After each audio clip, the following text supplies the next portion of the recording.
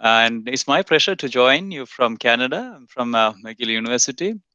And today I will be talking about the bioresources valorization through nanotechnology, understanding the sustainability constraints.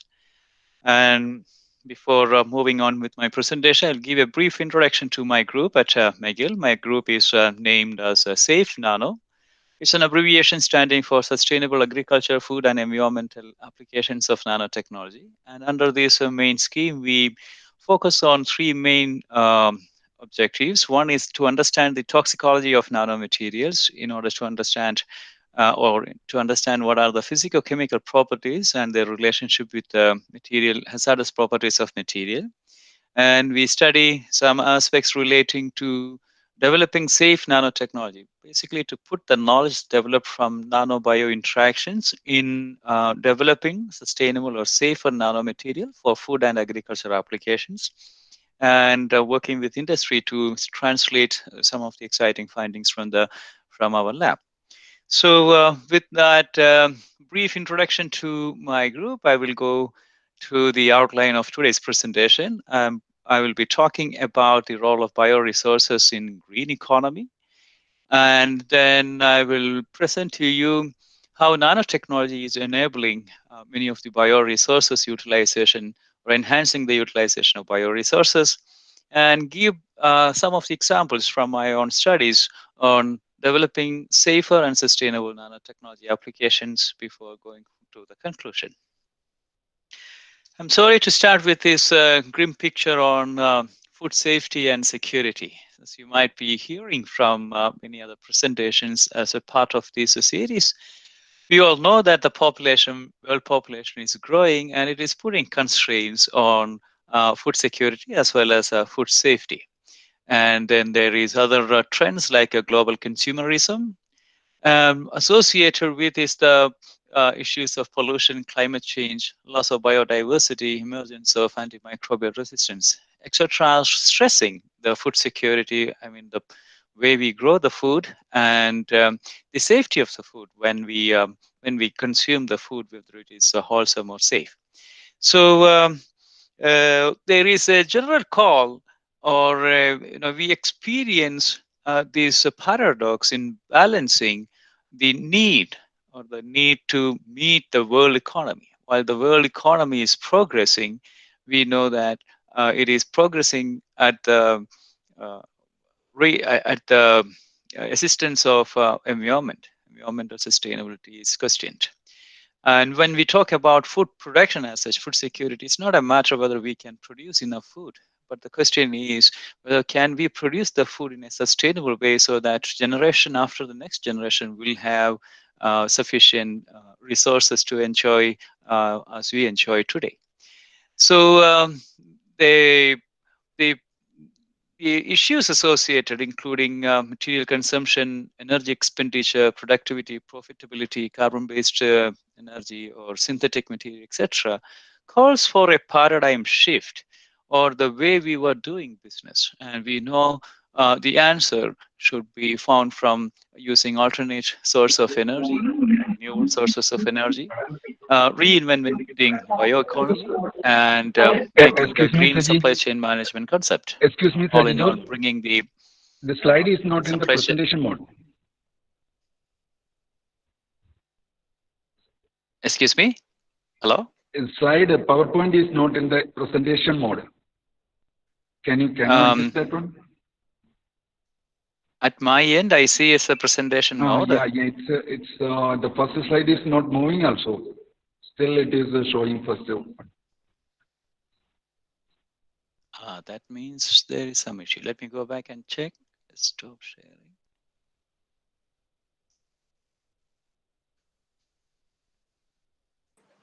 It is visible, but they have to pin.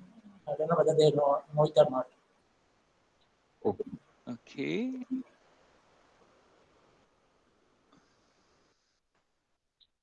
Now nothing is visible. No, okay. I was in this slide. Can you see the slide on balancing? Yeah, sure. We can now see. Yeah, you can put it into a slideshow. Is it in? At my end, it is in slideshow. Can you see it as a Okay, slideshow okay, now? okay.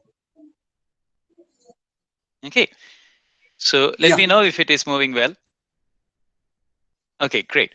So what I was about was in order to solve some of the issues uh, concerned with the environmental sustainability, it's a high time that we need to switch to a greener economy where the green supply chain management concept comes in, which actually integrate environmental thinking throughout the supply chain as a competitive priority.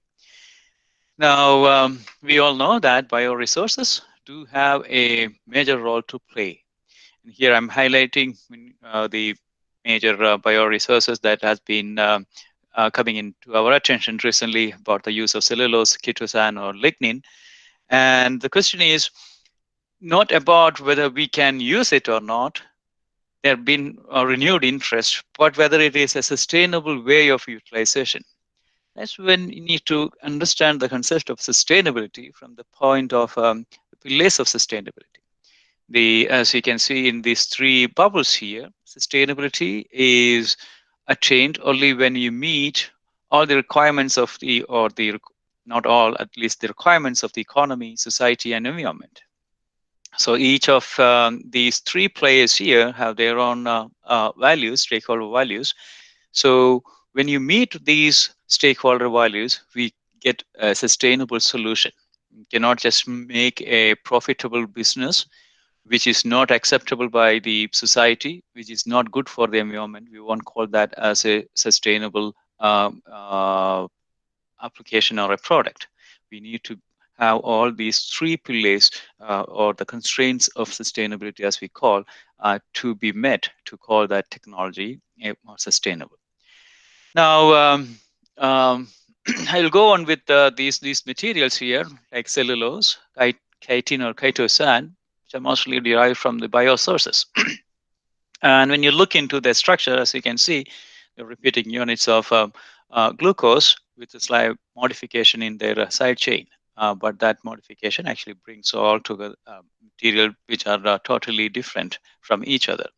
And we have now developed technologies to identify, to isolate these components from their sources, either from the cellulose from the plant resources, as well as chitin or chitosan from mostly from the shells or bacteria of marine origin.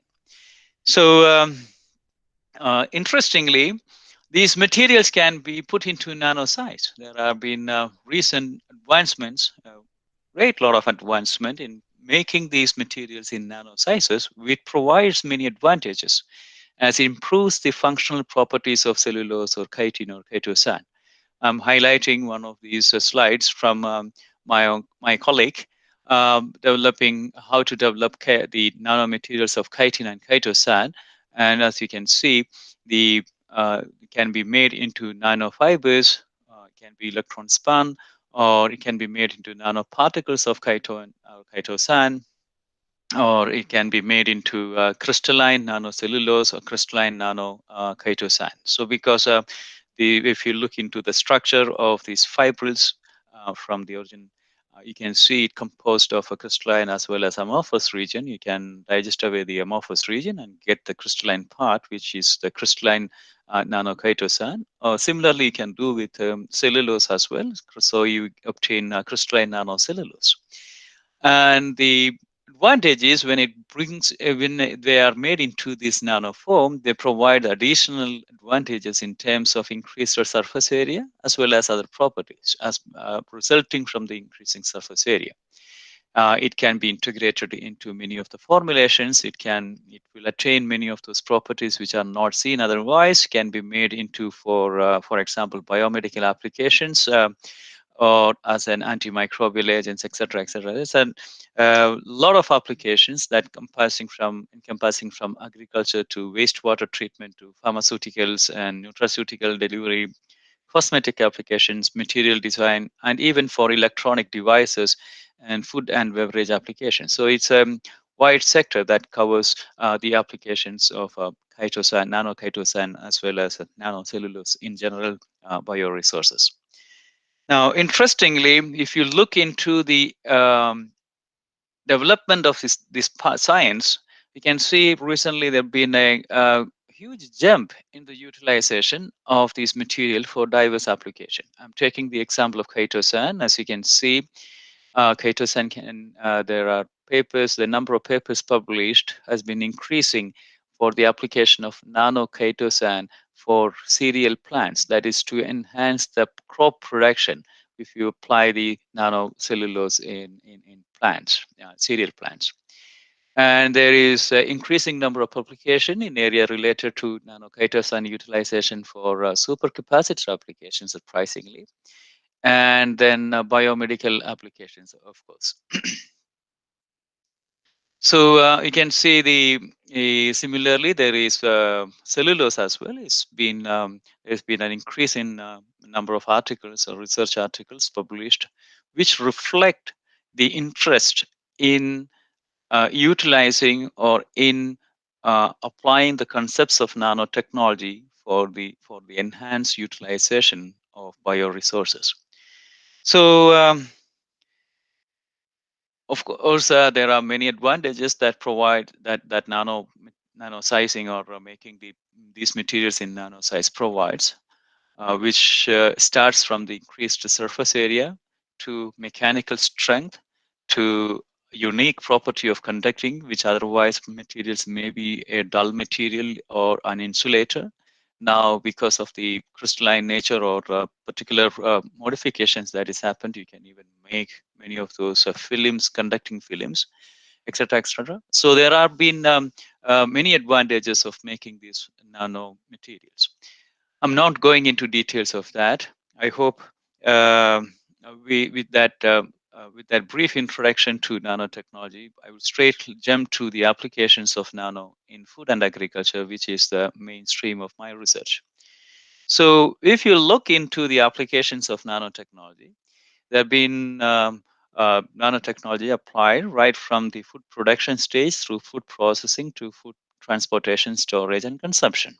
So you can see from the food production, as I mentioned briefly now about the application of nanocellulose for enhanced cereal production. Similarly, chitosan or cellulose or other products, lignin-based material can be used for infection control and also delivering nutrients. And these are applications, or these applications have all been not just in research articles, but also in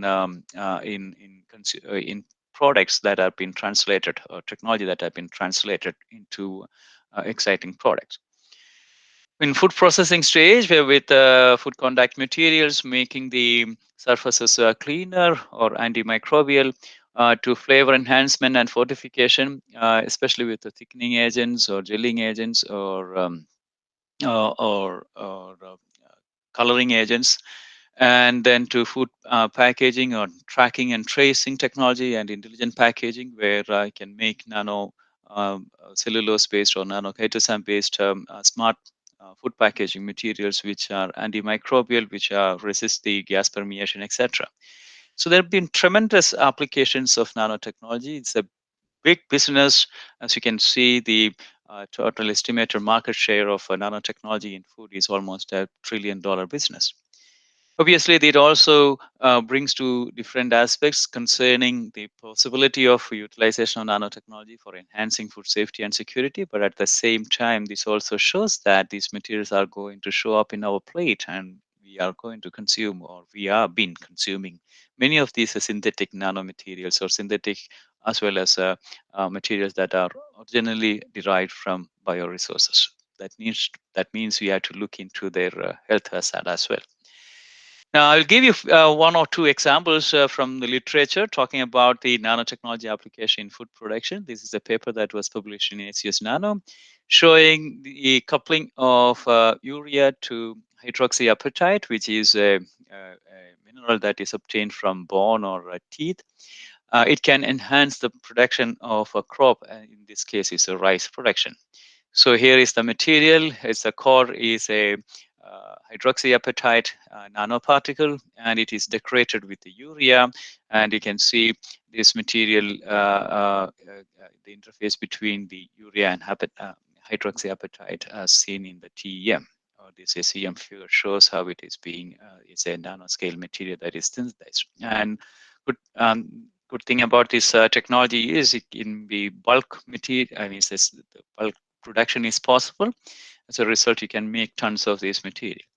Now, if you put this material and compare it with urea granules, which are the current form of applications of fertilizer for the release of the nitrogen or the urea, you can see the granules, if it is put in water, within seconds or it will be dissolved and then it will release all on a sudden.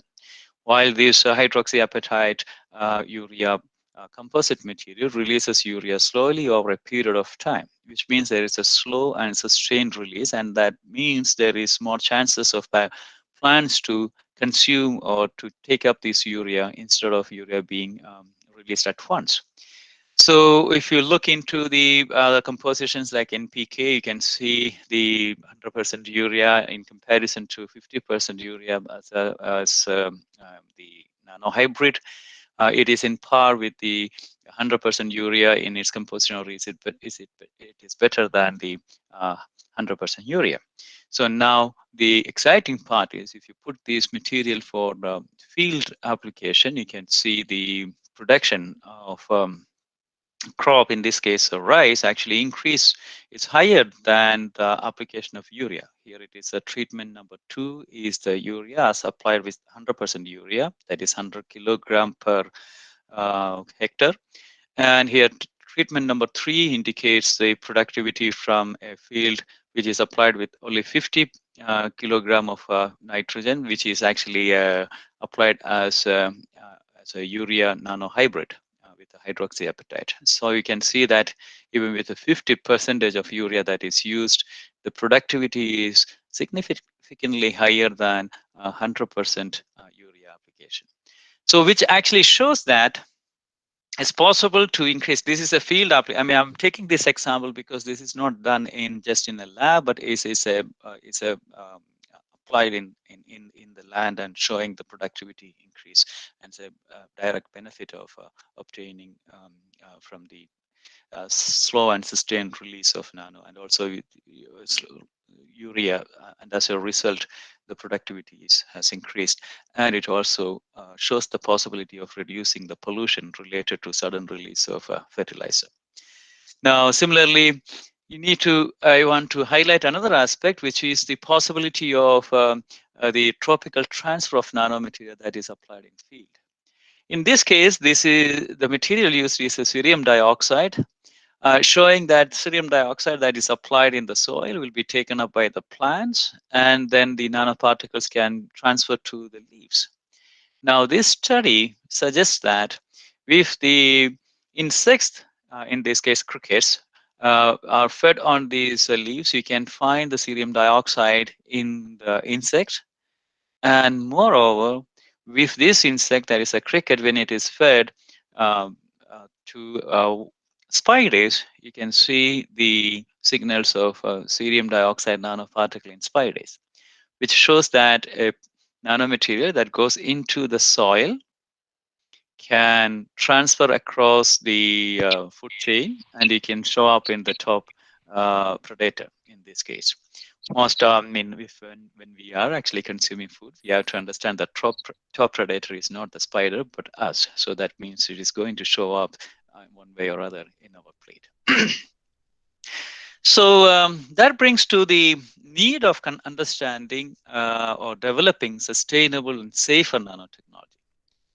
When we look into the developing a technology, if you look at the blueprint of developing a technology, you can see there are main 3 players here. One will be the academia or industry who invents a science or technology, and the industry take over the technology to make that into a product. Usually the product reaches market, and then it's the consumer. Now, in between the industry and the consumer, very often, especially in the case of materials that are going into food or drugs, there is a presence of government as a regulatory body. They insist to look into the health risk of materials that are utilized in products. So most of the products will, when will go through that screening process, or all of the products are supposed to be going through the screening process before it reaches the market or the consumer. Each of these stakeholders, like the industry, government, or consumer, they have their own stakeholder values. For example, government is interested mostly in the environmental or the safety aspect of technologies that are developed. Industry is mostly interested in the profit or the gain from the technology that is translated. And society looks into the quality or overall acceptability of the product. So there are stakeholder values that have been put in place through different platforms. We need to make sure that a technology actually apply a technology, if it has to be sustainable, need to cater for all these stakeholder values. And if you make a product that is super good, which is performance wise as well as environmental or the safety wise, it is super good. But if it is not acceptable by the society, that is not going to be a viable technology. Similarly, if the technology is good performing, but if it fails to show the safety side, then again, it is not going to be a viable technology. So we need a technology that is safe. And similarly, if technology is safe and socially acceptable, but if it fails to make profit for the industry, again, that technology is not going to be viable. So we need to take care of these stakeholder values. And for that, we need advancements in science for the industry to develop safer technology, and for the government innovations and infrastructures and policy in order to make sure that they do have the tools and methods to gauge the safety of materials or technology that is put in place, especially with respect to food and agriculture. And we need to understand the consumers or the perception of the society about technologies that are coming in before we can mass release the technology. So these things has to happen in parallel or in sequence, depending on the particular technology, in order for a technology to be safer. So I will take some of the examples from my own research, showing how do we meet these obligations of sustainability. I will first take the example of a vaccine that was developed when I was in Singapore, that shows how, again, the spirit is in developing a safer technology through the integrations of sustainability. So in Singapore, most of the food that is consumed are actually imported. Almost 95% of the food, all kind of food are imported. But Singapore is an island nation, so it's surrounded by water. So there are possibilities of developing seafood. And so there have been many seafood industries around, seafood or fish farms. And many fish farms face the problem of unproductivity because of the huge loss or massive loss to infection. One of those infection, or in this particular case, we worked with a fish called sea bass, and the sea bass is infected mostly with, we've identified the disease-causing organism. In this case, is Tenacibacillum maritimum, which is a fatal kind of a disease. If it happens because it's an intensive kind of a farming, you can see one fish catches the infection, it transmits the infection to the entire lot, and almost 90 to 95% of the fish will be killed. And for a small farmer or even a big farm, that kind of attack is a huge loss of their economy. So these people, this particular farm came to us with this question, developing some solution for that. And so there have been solutions, mostly the solutions in the form of antibiotic treatment or vaccine treatment. So we thought we maybe develop vaccines. Vaccines have some problem. Uh, the vaccines, as you might have experienced recently with the COVID, need to be injected. So the most effective kind of vaccination you obtain when you inject it. In the case of fish, there is another mode of administration of vaccine, which is called immersion vaccination, which is something like you put the fish in a water that contains the vaccine and hope that the vaccine component will get into the fish when they breathe or when they drink water. And obviously, these vaccination, other modes of vaccination needs skilled labor, and it's a stress to the fish. And only certain size of fish can be immunized, because in this case, it's a jab, like it's an injection directly into the body of the fish, and that means you need to have certain size of the fish. So we thought we will develop a vaccine instead of injection vaccination, a dip vaccination. But in this case, the needles will be not the microscopic level needles, but a microscopic level needles that can go and self-inject the fish. So then it get you can do the immunization even at a very early stage. So we started with a library of nature identical material, including clay particle, halloysite clay, which is a tubular shaped clay particle. Then chitosan based nanomaterials, and then there is a composite material of clay and chitosan, mesoporous silica, wormhole silica, etc. So these were the main or the candidates of nanomaterials what we screened. We didn't go with one single kind of nanomaterial, but we wanted to make sure how they are in par with each other in terms of its performance and safety and cost, etc. So I will show you those data later. And we tested for their safety using fish cell line. First of all, we wanted to make sure that these materials are safe to the fish, and also using zebrafish embryo as a model for toxicology. And so you can see that most of those materials that we used are not toxic, as this is the silver nanoparticle showing toxicity in cellular as well as in the zebrafish embryo model. We also tested the same materials in the CACO2, which is a human intestinal epithelial cell line. So we wanted to see if it causes any signatures of toxicity, and this you can see none of these material, these nature identical material, cause toxicity. So from the toxicity from safety point of view, which more or less we know if they are not toxic, going to be toxic, we know they are not. Now, performance-wise, we wanted to see how efficient are they in delivering cargo. In this case, cargo is a vaccine. Mostly it is a protein. So mostly we wanted to study the ability of these materials to deliver outer membrane protein from the bacteria that causes the disease as a vaccine component. So we actually tried to see the loading capacity as well as the efficiency in delivering green fluorescent protein. And as you can see, the green dots that you see are the green fluorescence that is coming from the cells. So these are cells of fish itself. BF2 is a fish cell line, and the more greener it is, it means the more efficient the system in delivering protein to the cell. So if you put the GFP alone, you can see there is not much of a green signal. That means similar to putting as a vaccine in water, it is not going to be taken up by the cells. So, but when you put it in the composite material clay chitosan, we can see the efficiency is higher. So if you quantify the signal, you can see the clay chitosan has giving the highest efficiency in terms of cellular delivery of a GFP, which is a model protein. And we also tested for their efficiency in zebrafish embryo, and you can see they are showing the signals using FITC labeled nanomaterials. You can see their signal is coming from the gut region of the fish as when they drink it, and also in the gill area. That's interesting because we wanted to get them through these sites so that they can self-inject.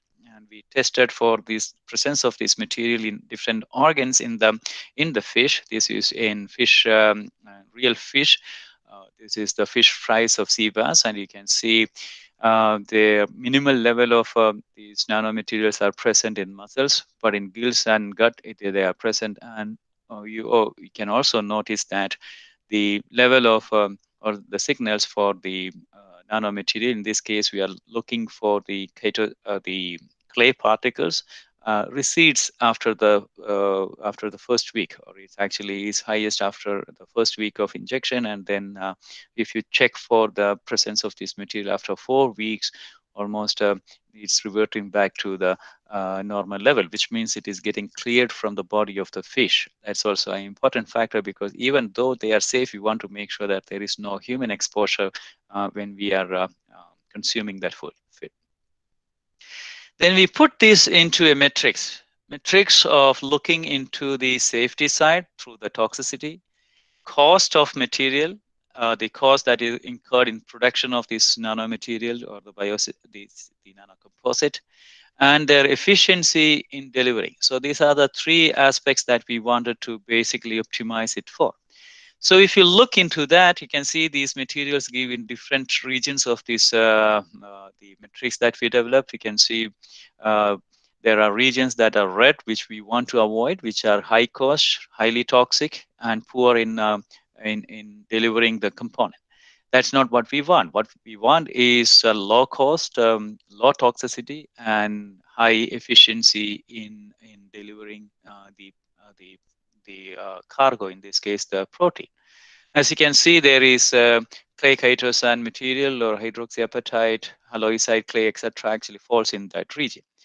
Now we tested for clay chitosan in real fish for the immune response, and there we took the material and loaded it with outer membrane proteins from the bacteria, and then we subject it to an immersion vaccination. Here is the fish that is immersed in water that contains these vaccine component. There's a nanoparticle or composite nanomaterials with the vaccine, and we tested for the antigen test, the antibody generation by bleeding the fish and looking for the antibody titer. And as you can see, the nanoparticles with outer membrane protein gave us the highest antibody titer, even better than the positive control, which is injection vaccination that's been done with a bigger fish, right? And then you also look for the presence or the expression of genes that are responsible for that,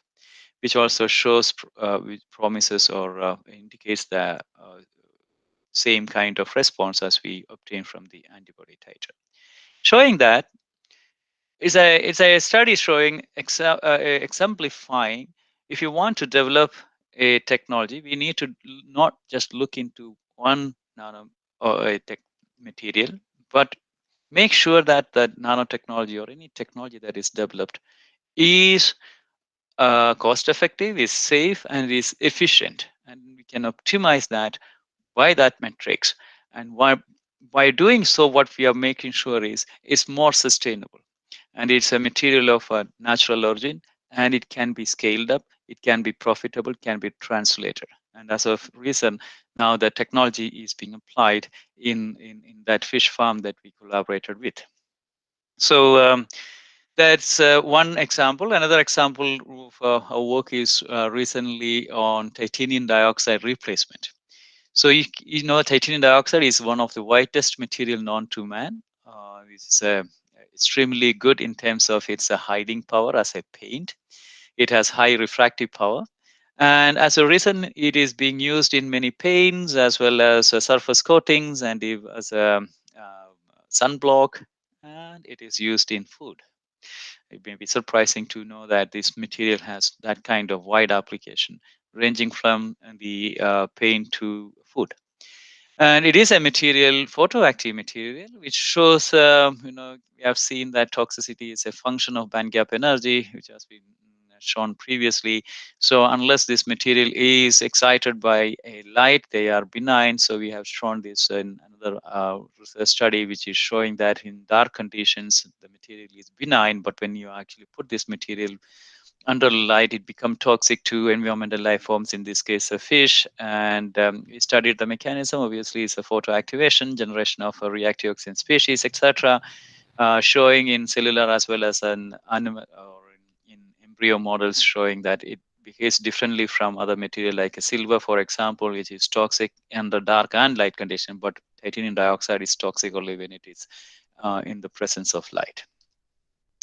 Now, this material is used in such high concentration in food, especially in candies, chocolates, or milk dairy based products. Okay, it's a high volume production material, and it is used widely in food. And you can see it can be from a microgram per milligram is almost 1 microgram per milligram. And we also tested that material, especially with this M&M chocolate you see here. It comes in different shades. We are interested to see if there is a variation of titanium dioxide in different shades. As you can see, when it is a lighter shade, the amount or the of titanium is higher, which means you need more titanium to hide the inside chocolate or the brown color, to obtain the yellow color. That is a high masking power. So now the question is the exposure, and there have been studies that done to actually estimate the exposure. And as you can see, if you look into different age vices, these are kind of food items that are consumed a lot by kids. And you can see the exposure is high for in age range of 3 to 7 years old, mostly to children. And the exposure level is almost 100 milligrams of titanium dioxide per day if you actually calculate the weight and the body size and the consumer behavior. Now, there have been disturbing studies showing that titanium dioxide, which was thought to be a benign material under dark condition, is not benign. There have been some studies. This is endothelial cells, which are the making the cell walls of blood vessels, showing that when you expose these cell lines to titanium dioxide, their junction is affected, cell junctions are affected. As a result, they, instead of being tightly bound to each other, they start to show up crevices, slightly a sign of opening up, what we call as a leaky endothelial layer. So you can see, as a function of time, this gap becomes more and more and then they get separated. It's not just a function of titanium dioxide. Many nanomaterials do that, and you can see the titanium, silica, and silver. But titanium dioxide shows this property, very prominent endothelial leakiness. Then my friend from Singapore, he had studied this, and he believes it is actually the direct interaction of titanium dioxide nanomaterial with the cell junction complex that makes these endothelial leakiness. And he also showed that if we have endothelial leakiness, the spread of cancer can be higher. And he showed us a function of the concentration of titanium dioxide, where he studied this with with the mice model of melanoma, which is the skin cancer, where tail vein was injected with the different levels of titanium dioxide. And you can see in the control, we are looking at the lung here, lung tissue. If it is a control, which is the animal with the cancer, but the coverage in the lung is not as high as the animal that is injected with the titanium dioxide, 150 milligram per kilogram body weight, you can see the spread of the diseases or the cancer is much higher when you are presenting it with titanium dioxide, showing an effect of the endothelial leakiness in facilitating the spread of cancer. All right, so that is one study showing a potential adverse effect. There have been many other studies showing that titanium dioxide by itself has a pre-malignant the ability to induce pre-malignant lesions in rat model studies that have been done in Europe. And along with that comes our own studies showing recent studies that have been communicated, showing that titanium dioxide, when it is put into food matrix, for example, milk, for example, they accumulate layer of protein and they enhances signals for certain type of proteins, and which if you actually put it with a different biological system showing for testing for their immunogenicity or antigenicity, you can see clearly they are actually causing much more immune response or an antigenic allergenicity, not antigenicity, allergenicity. And you can see that the titanium dioxide, in comparison to milk alone or in comparison to other material like silicon dioxide, it causes a much prominent effect. And what is more interesting is when you actually subject this to in vitro digestion, as will happen in human, this enhances that signal for in comparison to other material. Titanium dioxide has a clear effect on in enhancing the antigenic response or allergenic response.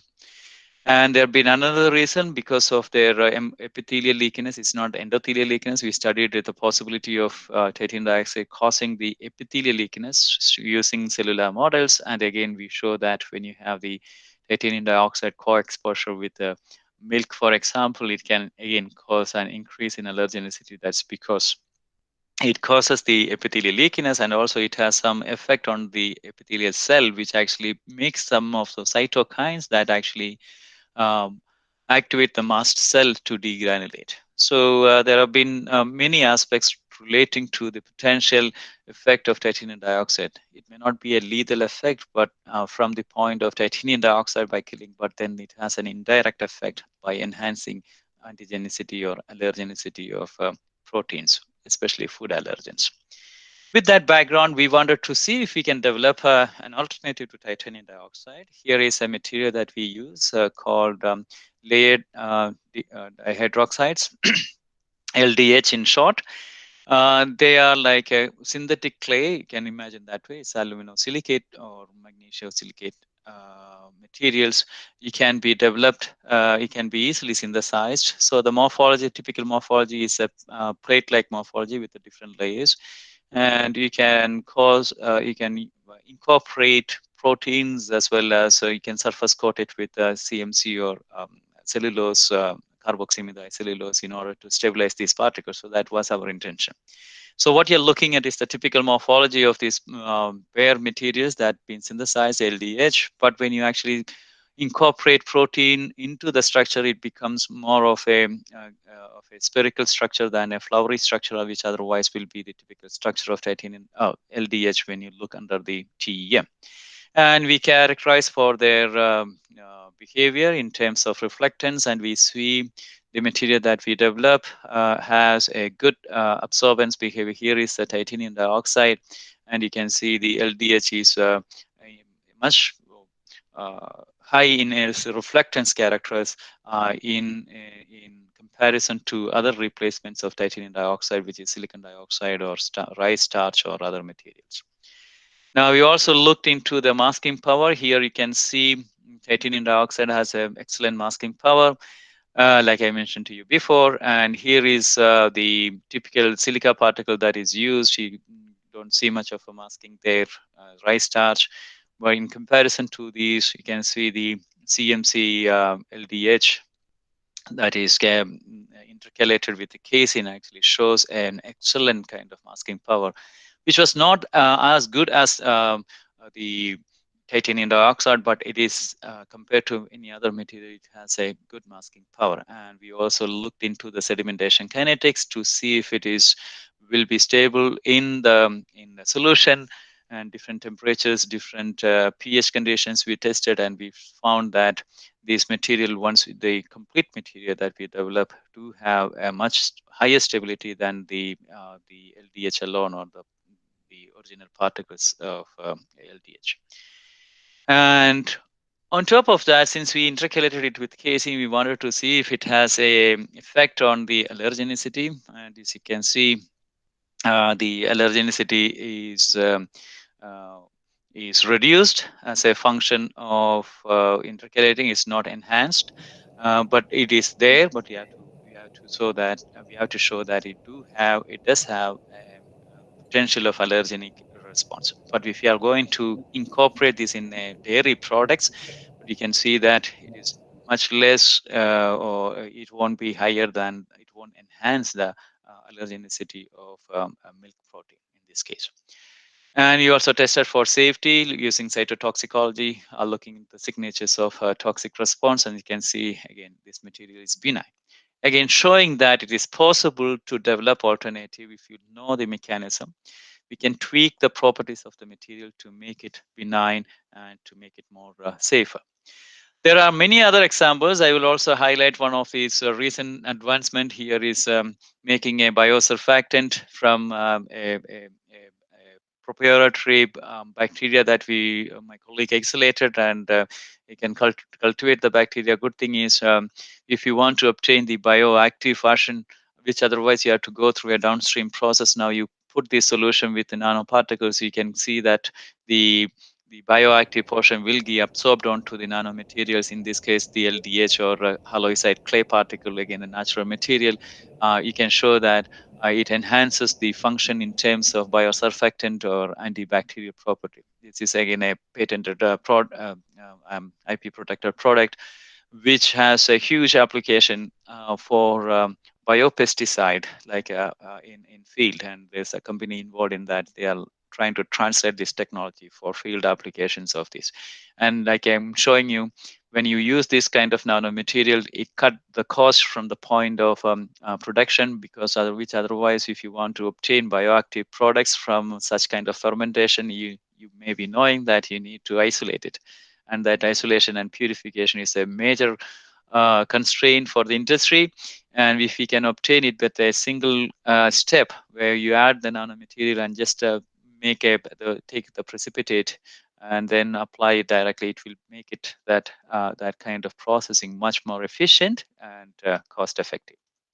Another example here is developing a composite material against pathogenic bacteria that's isolated from farms. Here showing some of those pathogens are extremely drug resistant, and is a Staphylococcus, is a Salmonella, showing resistance to almost all the antibiotics that we tested, and some bizarre effect of this Salmonella.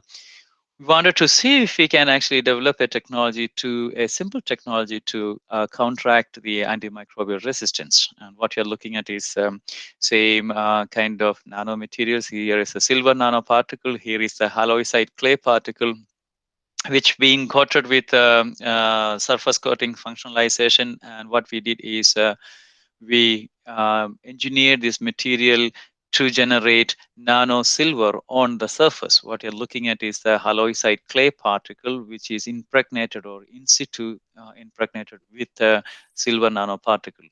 And this is loaded with another bioresource material, tannic acid. It is not an antibiotic, but it actually enhances the function of silver. And that's reason is because it actually causes the efflux pump, or it inhibits the efflux pump, and also it has a function on beta lactamase kind of enzymes. So showing that it's possible to develop this kind of hybrid materials, which are much less costly if you in comparison to many other antibiotics production. It can be easily synthesized in the lab, but it's really efficient in its antimicrobial properties when you compare in model organisms, as well as well as in multi-drug resistant Salmonella typhimurium that I showed you before. And you can show that this is the worst bacteria which has multiple drug resistant characteristics, and it's very invasive in nature, into the cellular. It hides inside the cells. So we tested it in a small organism model. Here what you're looking at is the C. elegans, which have been infected with this bacteria. And as you can see that if it is not treated, it will be killed within 20 days or slightly over 20 days.